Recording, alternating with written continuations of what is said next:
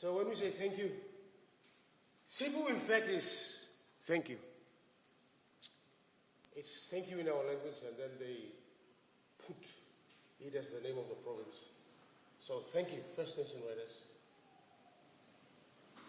Anna, your hard work and dedication is giving riders like me a platform to expose my creativity, expose some cultural tenets and artifacts that need to be written down. And so I'm grateful, forever grateful for First Nation writers. And I encourage more writers to access the services or whatever it is that First Nation writers is offering. So I won't spend too much on the first book because that's with Amazon, and then if I take it down and then do all sorts of stuff, they'll take us to court and everything. Just leave it there. But it's if you get a chance, you can go there and read. Yeah. PORUGL was thrown down a big hole, and somehow he came out and escaped out, and he was escaping a very big age-old serpent. So before I go into this book, PORUGL, the Atrocity of Kerwanba, I mean, you have not read anything yet until you read the books from First Nations. You haven't read anything yet. Yeah? London, Sydney, Brisbane, wherever you are, UK, US, wherever you are across the globe, you ain't read nothing yet. The stories here are authentic.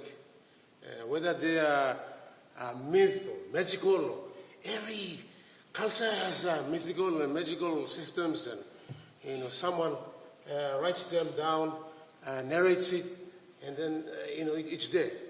So that's a bit of encouragement. PORUGL, the Atrocity of Kerwanba. PORUGL has come out from the deep dark realm. Well, it's not deep and dark. It's very bright. Color streaming across the crevices, stalactites, stalagmites, producing so many light. Water is pure, it's clean. You stand here and you can see whatever is happening here a couple of meters away. Have you seen anything like this? No.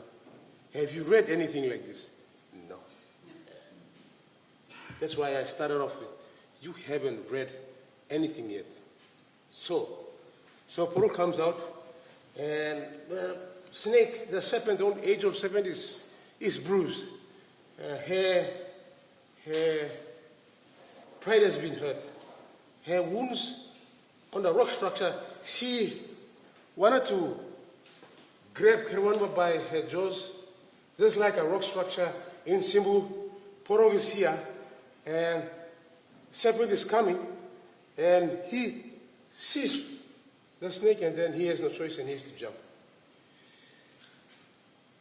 The only way I can describe it is that PORUGL felt all the spittle from the snake's mouth. That's all I can say. And that gives you an idea how close the snake's jaws was. So, anyway, if you read the book, you can make your own comments. While writing, I thought, yeah, there are many writers who write a historical narrative. They write a historical narrative. Yeah, it's good. Maybe adults might read it, but students, historical narrative is not their thing. You got to make it interesting. So I thought I could teach students in Simbu by including articles of culture, articles of tradition in here. So in here, the exchange of karuka, pandanus. The high altitudes, they have a season for pandanus, and they come down. But when they come down, they don't just come and leave the pandanus. No, they come. In the night it's 40, or as you know, as Karimlek. And in the morning, a young man or a young woman from the visiting tribe might remain. A young man might get a bride and return back. And so in the next season, when red pandanus is in season, they will, the high altitude villages will invite them, and they will go. So this is one of the things that I don't think our young people know.